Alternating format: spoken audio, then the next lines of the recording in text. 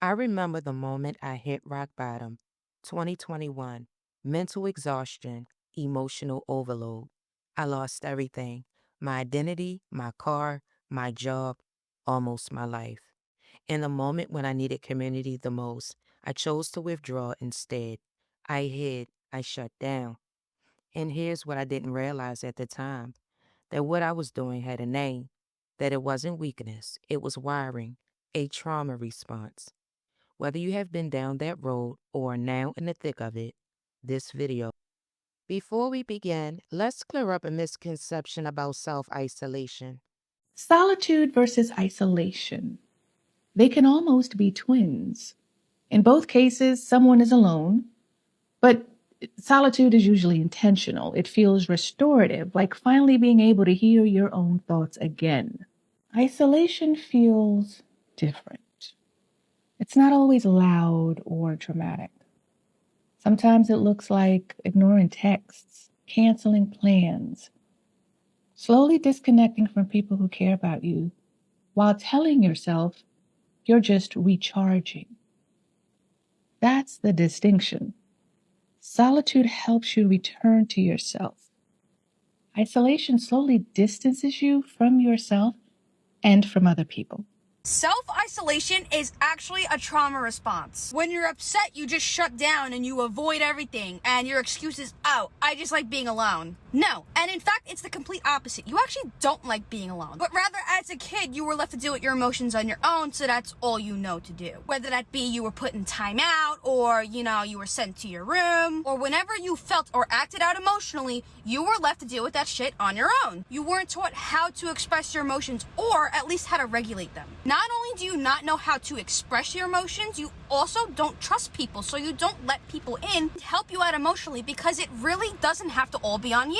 This manifests in your adult life is, you're very hyper independent and you don't open up to people that much. You're very guarded and all you want is to be heard and understood, but, you usually don't let people get that close to even do that. And just know that you are not a burden, nor are you bothering somebody by asking for their help or by venting to them. And I myself am still working on this as well. And, I'm a lot better with opening up to people and being vulnerable, but I do still find myself almost apologizing and feeling like, I'm oversharing or people don't care or whatever. And that's far from the truth. The right person will reassure you and make you feel like, you're not being too much, because you aren't. Don't invalidate your feelings because you think that other people may think you're too much, or you're overreacting, or you're being stupid, or you're not reacting properly, or whatever the fuck that means. Like, as if there's a proper way to react. No, however you react is completely valid. We all have our own love languages, and we all have our own needs, especially emotionally, and it's not on you to completely fulfill them on your own.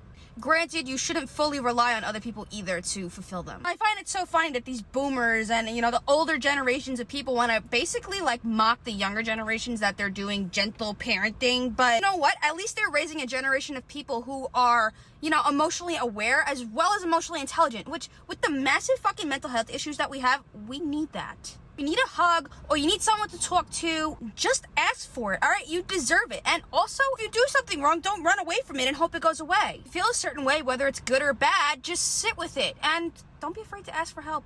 Never forget that an emotion is literally energy in motion. So you're not meant to bottle them up or just brush them off. You're meant to feel them and let them out. And that is not something that you should have to handle on your own. And I'll end off with this because I know I touched on the thing with the older generations. Do not blame the older generations. They did the best with what they knew, okay? But be that change that you want to see and be the person that you needed when you were little. The early stages of leaving narcissistic abuse, you are going to experience a lot of self-isolation. That is completely normal, guys. Let me tell you, almost the first 2 years of leaving my abusive narcissistic marriage, I did not speak to anyone, okay? I was like a hermit in my little apartment, barely got out of bed. It was really, really bad. But I had to get myself into some therapy. I had to reach out. I had to take medicine for a while, y'all. This is not easy to break free. I don't want y'all to think that this was an easy process. My real friends knew I had a process of healing.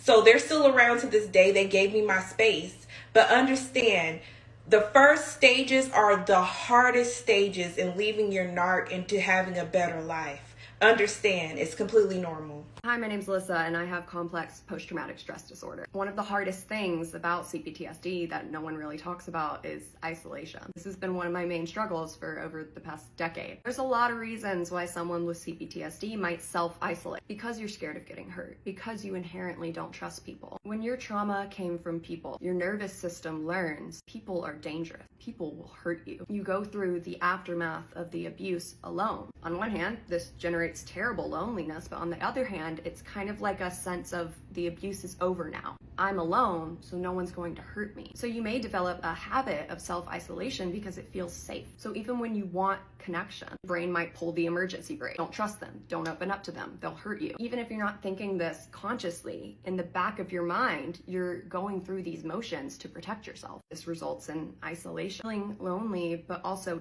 terrified of being vulnerable. It's not because you're antisocial or broken. It's because you're traumatized. Your body is trying to protect you because this is what it had to do to survive when you were growing up. Healing is possible. I have been through years of therapy and psychiatric care. I've had a lot of personal growth and I have healed so much. I'm still very traumatized complexly, but it can get better. I still deal with isolation and distancing myself. It's kind of a difficult time with close relationships, but it's a lot better than it was before. If you experience this, you're not broken. You're not alone. There's people out there who get it, and healing is possible. Happy PTSD Awareness Month.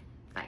There's a huge distinction between spending time alone and self-isolation that we don't talk about. Someone who tends to do both, it's very hard for me to make that distinction myself. I think self-isolation is definitely a form of self-sabotage, which I definitely do. I'm also an introvert and I like spending time alone, so sometimes I'm like, I can't tell if I'm partaking in a bad habit or not. The way that I balance this out is by making like an activity calendar for each week where I do something like engaged in the community. And so I'm in college, so that means like on campus events, but there's also like different events you can go to. Most cafes always have like social events and things like that. So if you feel like you're self-isolating too much, at least try to go to these events, even if you don't talk to anyone. First step is always like getting out and about, like with people. Another problem I run into is like, do I want to hang out with friends or do I want to be alone? If I want to be alone, is it because I'm self-isolating or is it because I actually just enjoy it? And I'm like, I don't know, I can't tell. And for me, I can always tell which one it is by like how much anxiety I have. Like if I have irrational anxiety about like going out and doing something, I probably just need to do it because it's dumb. Like I shouldn't be anxious about it. With like overthinking and like anxiety and stuff, I feel like you kind of get an idea of like, okay, what I'm thinking about right now, I know is safe and I shouldn't feel this way. I'ma breathe and see if I can get myself to do it anyway. Honestly, this is something I've been struggling with for multiple years and I'm just now kind of figuring it out a little bit, even though it still feels bad at times. Please let me know if you also do this and give me some advice because I actually don't want to be self-isolated anymore. It's such a bad habit. I don't wish it on anyone. Hey, get off your phone. Some of y'all need to put your phones down. I care about important things. You care about important things. We all care about these things. What's not helpful is you using those things to isolate yourself from other human beings. That is exactly what the people who control things want. A lot of you are doing this isolation yourselves. You are putting yourselves as far away from human interaction as you possibly can, and you are giving yourself the excuse that it is self-preservation, when in reality, that is actually you coping with the fact that you yourself do not know how to socialize anymore because you've spent too much time being online. I myself am a terminally online human. I give myself times where I'm not going to be seeing too much of the internet. It's not that you shouldn't be keeping yourselves informed, but if keeping yourself informed comes at the expense of your well-being, or if all you ever engage with is the wrong kind of discourse, you will literally isolate yourself. I've done this myself numerous times. Every time I was ever on some incel vibes, it was because of this. Every time I was on some I hate the world stuff, it was because of this. Every single time I ever isolated myself, it was because of this. I indirectly was isolating myself. You need to give yourself a break. You're not useful when you're like this. You can't build community if you hate everyone who could potentially join the community. I'm gonna leave it at that for now. Grown man, by the way. Don't believe me, watch this. I'm very serious. Put your phone down. If you self-isolate when life gets hard, when life becomes a shitstorm, life gets bad, you self-isolate, you push everyone away, it goes to show that you feel that you are a problem, that you are a burden, that you are alone. You've had to pull yourself out of every dark place, mentally and physically, alone by yourself since you were a child.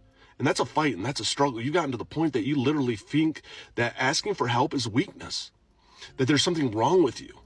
You don't think that anyone can even be there for you, that nobody can help you.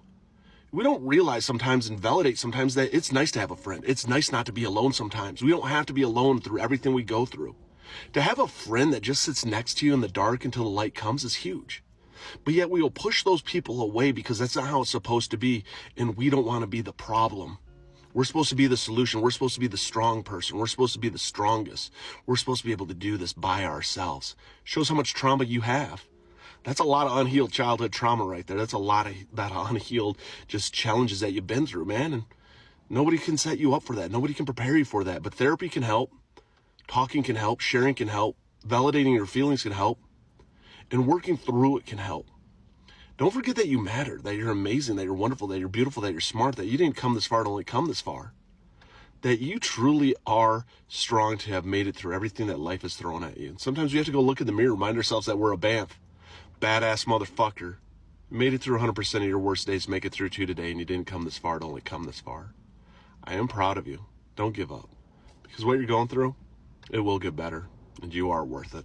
If you want community and friendship, but you haven't tried any of these things and you're complaining, take your hand like this, take your lips like this, and I was depressed for 4 or 5 years. Deep depression. I know, hard to believe. If you see my page, I'm very happy right now. Here's 4 things you can do to actually help reintroduce yourself into society after isolating yourself for so long.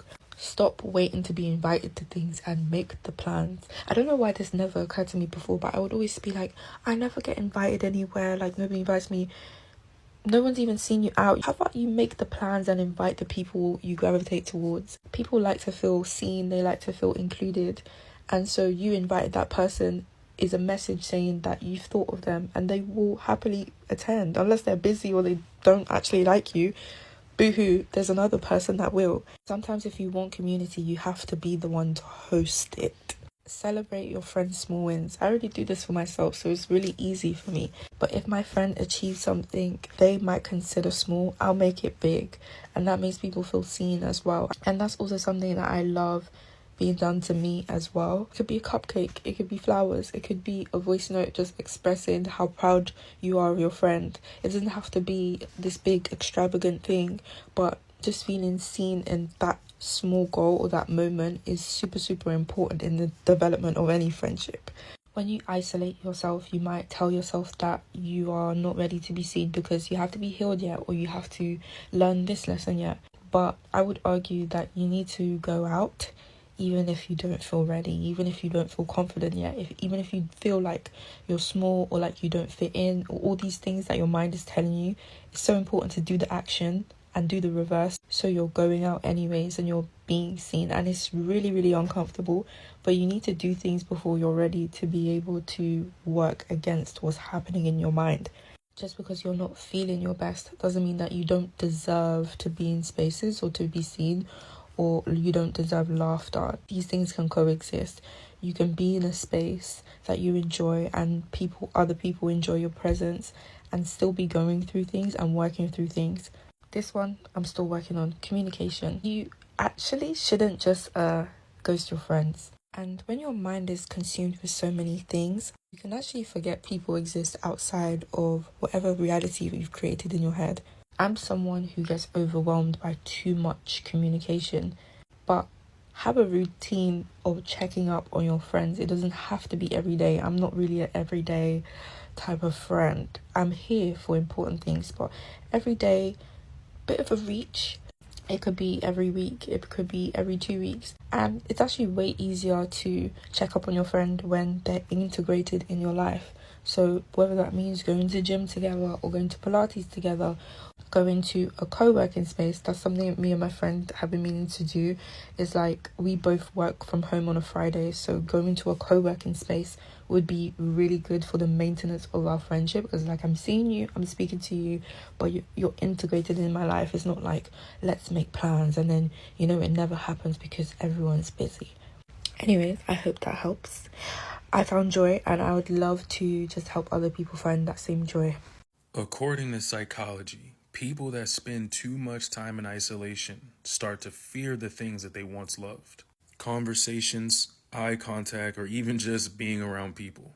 But let me explain why and how to stop it before it's too late. Isolation doesn't just make you lonely, it actually rewires your brain. Your amygdala, which is your fear center, becomes hyperactive and starts to scan for threats in every single interaction. And your prefrontal cortex, which is responsible for logical decision making, starts to shrink from disuse. So suddenly, something simple like texting a friend back feels like you're defusing a bomb. Small talk becomes pretty terrifying. Your brain literally forgets how to be human.